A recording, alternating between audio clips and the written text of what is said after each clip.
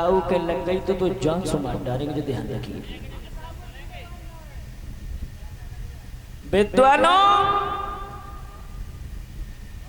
सीता जी ने राम को देखा, राम ने सीता को देख रहा, किसी ने किसी से कुछ भी नहीं कहा, जो कुछ भी कहा वो आंखों ने कहा। सीता जी ने नेक देर को निगाह हटाई और गिरजा मैया के मंदिर में प्रवेश करेगी और जाए के केवल यही मांगा कि हे मैया, अगर मैं तुम्हारी सच्ची भक्तिन हूं तो जो मेरे दिल में बसा हो वही मेरे पति बने। गिरजा ने कह दिया, जाओ बेटी सीता, तुम्हारी हर मनोकामना पूरी होगी। सीता जी घर चली गई।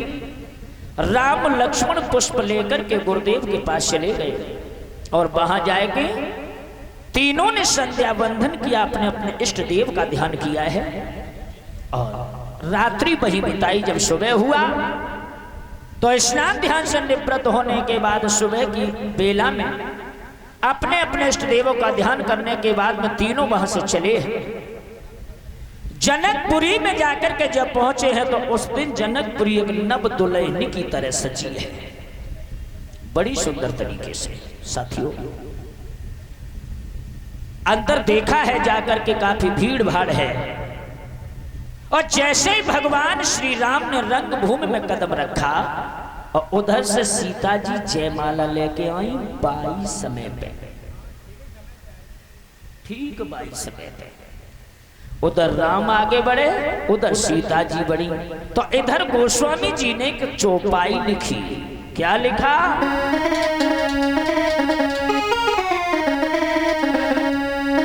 कि रंग भूमि जब सिय पगुधारी, तुम मोहे देखी सकल नर नारी।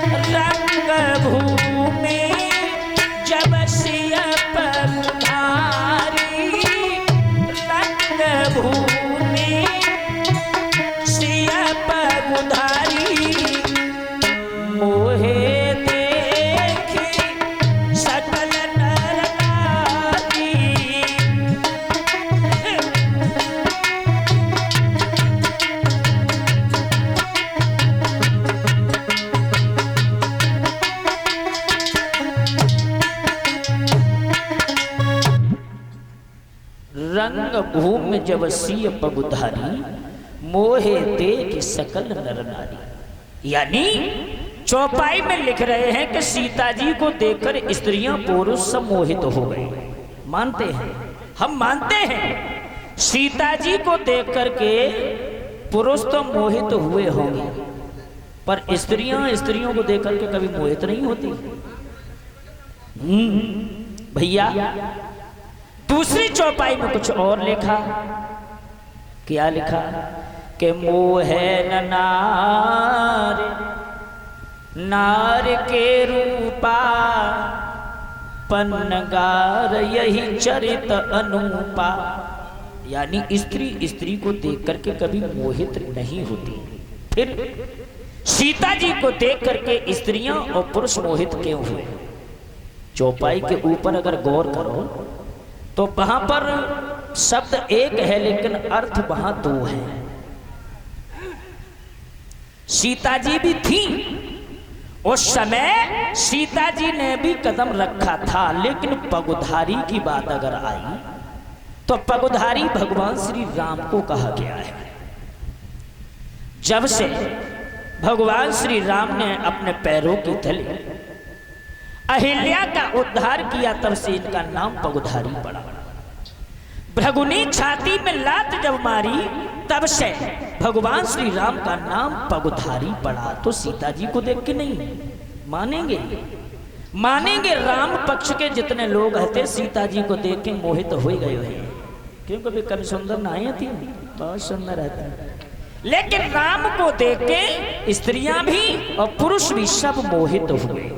अब जब बैठ गए जाकर की सभा में, तो महाराज जनक का आदेश हुआ है, मेरे हिंद के वीर जवानों उठो, अपने अपने पौरुष का परिचय दो, और सामने जो धनुष रखा हुआ है इस धनुष को तोड़ो और मेरी फूल जैसी कन्या सीता के साथ शादी करो। विद्वानों, जैसे ही आदेश मिला, एक दो राजा ना है, अरे अखिट्टे आगे दे मेरे ठाड़े हुई है, जो ज्यादा चिरवा पठाएगा, एक दो नहीं, भूप सहस्र 10 एक ही बारा, और लगे उठावन डरहिन डारा। भूप सहस्र 10, एक सहस्र 1000 का होता है, 10 सहस्र यानी 10,000 राजा एक ही बार धनुष से चिपट गए, पर वो धनुष एक तिल भर भी किसी से हिला नहीं। हमारी बातें एक समझ में ना आते हैं, रामायण में लिखे के धरे गए कवि लोग, 10,000 राजा तो बहुत हो ही गए, और 10,000 राजन के कम से कम 20,000 हाथ तो ही गए। धनुष के तो बड़ो हतो जो 20,000 हाथ बन गए हैं। तो बताए रहे, कभी कभी मंथन करता हूं तो कुछ बातें तो हमें झूठी लगती हैं, सही बता तुम्हें। और फिर एक बात बताओ, खुदा न खास्ता 10,000 राजन पे धनुष अगर टूट जातो को धोखा से, तो सीता जी किन किन के जयमाला डालती। विद्वानों, लेकिन एक बात थी, उस धनुष में एक करामात थी कि जितने लोग लग जाते थे उनकी ताकत खींच करके अपने वजन को बढ़ा लेता था और धनुष को लंबा हो जाता था। ये भगवान शंकर का धनुष था। सच बात तो यह है कि उस दिन भगवान शिव भी यही चाहते थे कि सीता की शादी राम के साथ हो, इसलिए भगवान शिव ने 10,000 दूत, 10,000 दूत सूक्ष्म रूप से धनुष के ऊपर और बैठा रहे, क्यों जो 10,000 राजन पे धनुष उचक न जाए। 10,000 पे बैठ गए, अब सूक्ष्म रूप में जरूर रहते, लेकिन वजन में 7-8 कुंटल से ही को नीचे ना बड़े तगड़े रहे। जब एक तिल भर भी हिला नहीं, महाराज जनक समझ गए कि हमने जो स्वयंवर को जो प्रण रखो गलत है, कतई गलत है। अगर मैं जानते ना तो हर किच संकल्प नहीं करते। विद्वानों,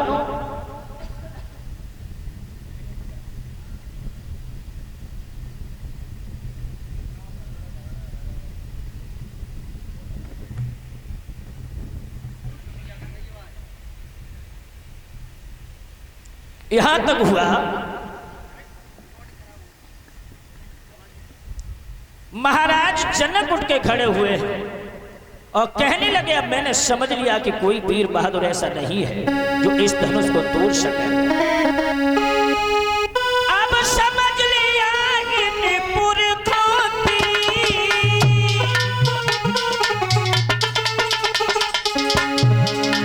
और संतानों में तासीर नहीं, हम खुले दौर से कहते हैं,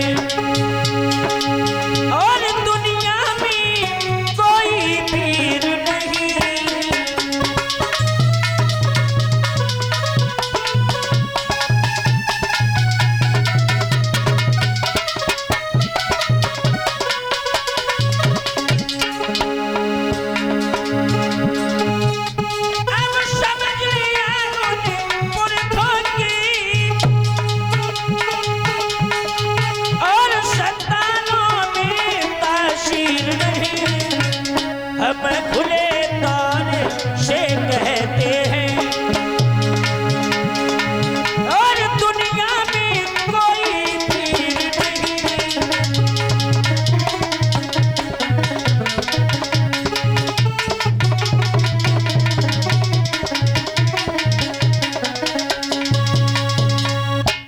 गया कि यहाँ कोई वीर बहादुर नहीं है, सब कायर बुज़दिल यहाँ आए हैं।